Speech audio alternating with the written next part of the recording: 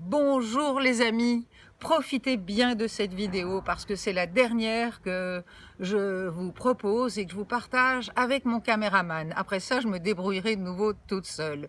Donc celle-ci, elle aura encore des vues stables et après ce sera à la grâce de Dieu.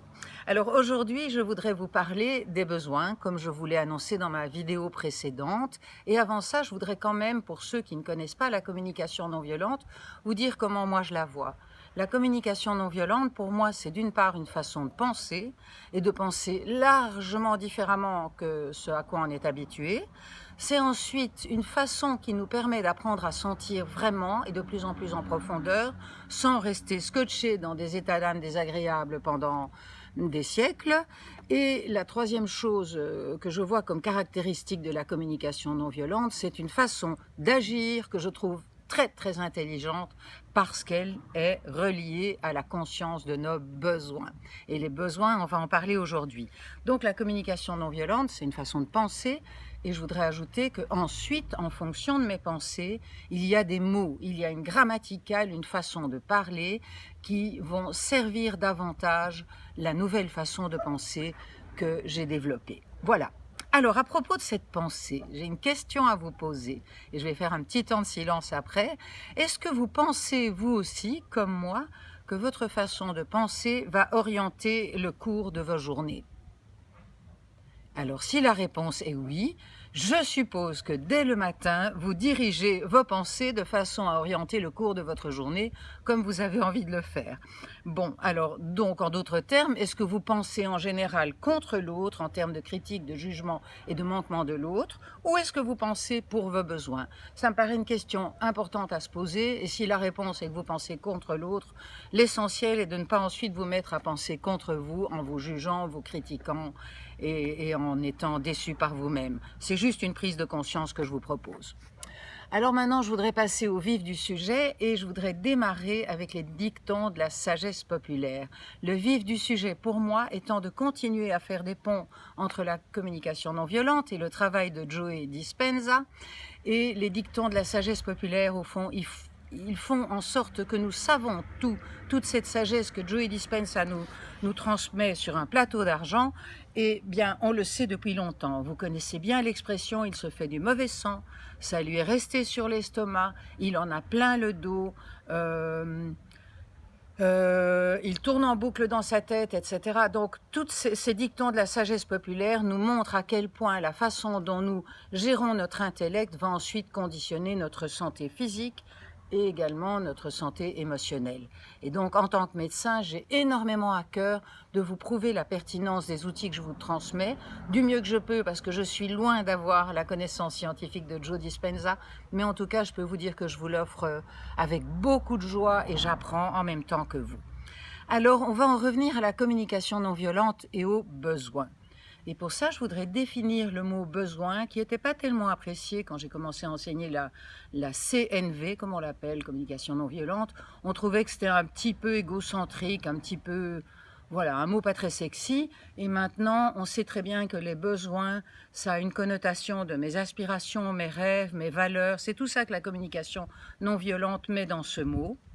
Et en fait, si je dois vous donner une définition classique, comment on charpente un besoin en communication non violente? Eh bien, on le décrit en positif.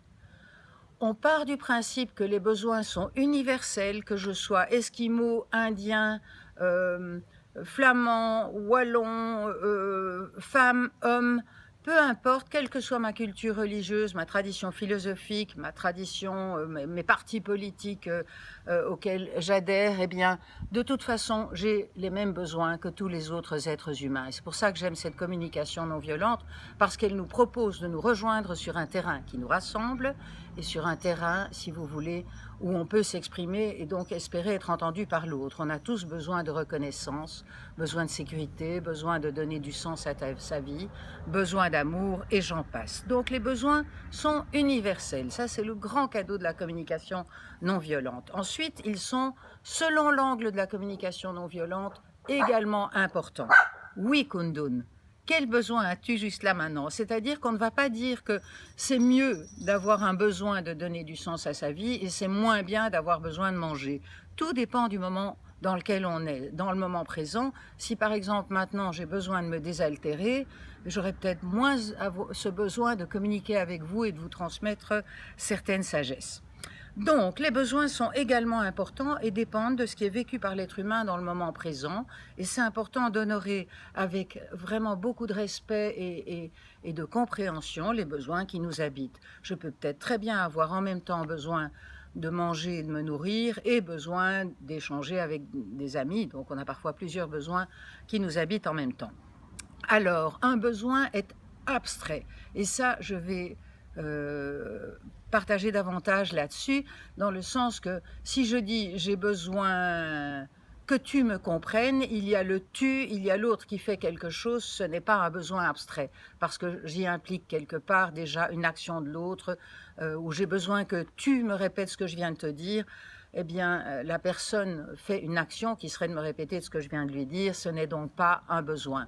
Le besoin, j'ai besoin de compréhension ou de me faire comprendre. Donc le besoin est abstrait et il n'implique ni quelqu'un ni quelque chose de concret et nous allons explorer ça un peu plus tard et j'espère que la vidéo ne sera pas trop longue, sinon arrêtez de la visionner quand pour vous, vous avez votre dose et que vous avez besoin de passer à autre chose. Alors, par rapport aux besoins, puisque je les ai définis maintenant, je voudrais vous parler de différentes couches de besoins.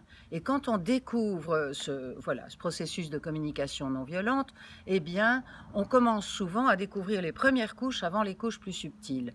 Alors, les premières couches, eh bien, c'est déjà le premier pas, le premier progrès. Parce que pouvoir dire « j'ai besoin de calme » au lieu de « tu m'énerves », c'est déjà très, très bien et très profitable pour mes relations et aussi pour comment je pense à l'intérieur de moi. Et donc, j'ai besoin de, c'est le premier pas. Ensuite, on va essayer de trouver des besoins là derrière. Ça pourrait être, par exemple, dans la première couche, j'ai besoin d'écoute, j'ai besoin d'aide, j'ai besoin, comme je venais de le dire, de compréhension. Et là, quelque part, c'est très beau parce que je découvre un chemin de connaissance de moi. Je découvre tout d'un coup que j'ai besoin d'aide et que peut-être après ça, je pourrais agir et la demander. Et en même temps, c'est quand même, si on y réfléchit un peu plus loin, c'est quand même sous-entendu de la part de l'autre. J'ai besoin d'écoute, sous-entendu de la part de l'autre. Et donc, quelque part, si je vais parler à l'autre et que je lui dis j'ai besoin d'écoute ou d'aide et que dans ma tête, de près ou de loin, je pense qu'il devrait me la donner, d'une part, je l'enferme dans la boîte de mes besoins et d'autre part, je vais limiter la fluidité de la communication et la beauté de la communication. Mais c'est déjà très bien, c'est un premier pas. L'important, c'est qu'une fois que j'ai dit j'ai besoin d'écoute et d'aide, je ne sois pas en train de me dire que l'autre devrait faire quelque chose et que je sois simplement en train, du mieux que je peux, de communiquer mon mode d'emploi. Je suis quelqu'un qui a besoin d'aide, ou si j'ai besoin d'équilibre entre toutes les tâches ménagères ou logistiques faites par tout un chacun dans la maison, eh bien je pourrais dire j'ai besoin d'équité dans les tâches logistiques de la maison et penser, j'habite ce besoin, il est chez moi, mais ne pas penser que l'autre devrait faire quelque chose ou a fait quelque chose de travers. Voilà. Alors, j'ai noté ici, l'essentiel, c'est donc, quand je rencontre ce processus de communication non violente, c'est paradoxalement, quand je parle de mes besoins, c'est d'exclure l'autre de la photo. Si je dis j'ai besoin de chaleur humaine et que je pense que l'autre est quelqu'un de trop froid, eh bien, ça ne va pas le faire, hein, comme vous pouvez l'imaginer. Parce que le tu, quelque part, ne fait pas assez bien et dans la photo. Alors, si je dis j'ai besoin d'aide parce que moi j'ai à cœur qu'il y ait de l'équilibre dans tous les secteurs de ma vie, je suis plus chez moi, si vous voulez, et moins en train de vouloir accuser l'autre ou exiger des choses de la part de l'autre. Voilà, alors je réalise qu'il y a déjà 9 minutes 20 et je suis en train de me demander... Oui, je vais vous parler d'une autre couche de besoins. Alors, il y a une couche de besoins un petit peu plus dégagée d'implicitement impliquer l'autre. Ce serait par exemple, j'ai besoin de détente ou j'ai besoin de confort, j'ai besoin de créer. Alors là, j'avance plus dans un chemin où ça ne parle plus que de moi, même déjà dans la linguistique. Et alors, il y a une troisième couche. Et la troisième couche, je l'ai déjà effleurée avec vous implicitement. La troisième couche, c'est celle qu'on appelle celle des besoins en plein, ou que Robert Gonzalez appelait besoin qualité du vivant, ou que Anne Bourrit, qui est une amie très chère, appelait à l'époque où on en a parlé, les besoins sexy. Alors pourquoi est-ce que ces besoins sont sexy? Parce que quand je les exprime comme ça, j'ai un maximum de chances que l'autre n'ait qu'une envie, c'est de les assouvir, parce qu'il n'est absolument plus dans la photo et que je partage quelque chose de profond et de fort qui m'habite et qui est de l'ordre de mon rêve. Alors je vais essayer de vous expliquer ce que c'est qu'un besoin sexy ou qualité du vivant. Alors, par exemple, j'ai besoin de donner le meilleur de moi. J'ai besoin de donner du sens à ma vie. Quand je parle de ça, l'autre n'est pas dans la photo, je lui partage simplement un rêve que j'ai. Mais peut-être, si mon besoin de calme est assouvi, je vais pouvoir donner le meilleur de moi. Et c'est là que c'est important de partir du besoin de calme ou du besoin de considération pour mon travail ou quoi que ce soit, et de me demander, mais quand on considère mon travail et qu'il y a du calme dans la maison, qu'est-ce qui se passe? Ah, je peux mieux écrire et concevoir. Ok, et quand j'écris et je conçois mieux, ah, ça donne du sens à ma vie. Et si je vais trouver l'autre et que je lui dis, écoute, là, la télévision va un peu fort, j'ai vraiment besoin de calme, mais c'est pas, ça ne te concerne pas, c'est parce que j'ai à cœur de donner le meilleur de moi-même, j'ai à cœur d'écrire des choses qui vont soutenir d'autres personnes, j'ai vraiment à cœur de faire du mieux que je peux. Non seulement quand je parle comme ça me donne la pêche, et j'ai non pas une pêche d'enfer, mais une pêche de paradis. Et qu'est-ce qui se passe chez l'autre, ce qui va pouvoir m'entendre, puisque je ne l'accuse pas? Je lui demande un petit quelque chose, et Marshall Rosenberg nous parlait toujours, non pas, je ne viens pas avec mon paquet de plaintes, je viens comme le Père Noël avec un cadeau sur l'arbre. Et le cadeau sur l'arbre, c'est celui de ma beauté profonde. Voilà, alors le temps passe et je suis en train de raccourcir l'exposé que j'avais prévu de faire avec vous. Et je voudrais maintenant faire la différence entre un besoin et une demande. Parce que dans le langage, en tout cas le langage qui est le mien, souvent on dit j'ai besoin et puis c'est une demande qui suit. Par exemple, on pourrait dire j'ai besoin de chocolat. Mais le chocolat, ça n'est pas un besoin. Le chocolat, ça satisfait des besoins. Imaginons que je mange du chocolat ou j'ai besoin de pâtisserie. Eh bien, si je mange des pâtisseries ou du chocolat, qu'est-ce que ça va m'apporter? Un besoin de me faire plaisir, peut-être un besoin de découvrir de nouvelles saveurs, peut-être un besoin de douceur. Et donc, à ce moment-là, si vous voulez, c'est fondamental que je puisse être consciente de tous ces besoins parce qu'alors je suis libre de la stratégie unique du chocolat ou de la pâtisserie. Parce que si je prends conscience que j'ai besoin de saveur et que je considère mes besoins dans l'ensemble, qui est que j'ai peut-être des besoins de préserver ma santé ou des besoins de m'offrir la chance de mincir et de perdre du poids donc, eh bien je vais peut-être comparer mes besoins au court terme qui sont de me faire plaisir et mes besoins au long terme qui sont de me préserver, et je vais, en même temps que je vous montre la magie avec mon caméraman qui va donc se tourner en gros plan vers ces délicieuses douceurs, eh bien là, je peux me dire j'ai absolument besoin de manger cette tarte à la fraise. C'est pas tout à fait vrai. Ça, c'est une action concrète. C'est donc la 4e étape de la communication non violente. C'est une demande. Va m'acheter une praline ou va m'acheter du chocolat ou quoi que ce soit. Donc, ces merveilleux gâteaux, quelque part, ils vont satisfaire un besoin de douceur, un besoin... peut-être dans l'instant, ça va donner du sens à ma vie, que si je savoure chaque bouchée aussi. Et puis, ça, c'est dans l'immédiat.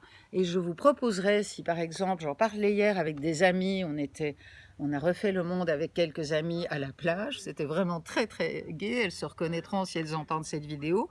Et je vous propose donc d'explorer la différence entre un besoin et une action, qui est de manger le chocolat, et la différence entre vos besoins dans l'immédiat et vos besoins profonds. Vos besoins à long terme, excusez-moi, vos besoins à long terme. Voilà, alors, je crois que c'est assez cohérent ce que je vous ai partagé. J'ai 2 exercices à vous proposer pour jusqu'à la prochaine fois où on se revoit. Je vais avoir pas mal de choses à faire avant de repartir dans une retraite spirituelle. Eh bien, je vous propose 2 exercices. D'abord, je voudrais vous proposer de noter sur un papier un ou plusieurs besoins impliquant quelqu'un, du genre j'ai besoin d'écoute, j'ai besoin d'amour, j'ai besoin de présence. Voilà.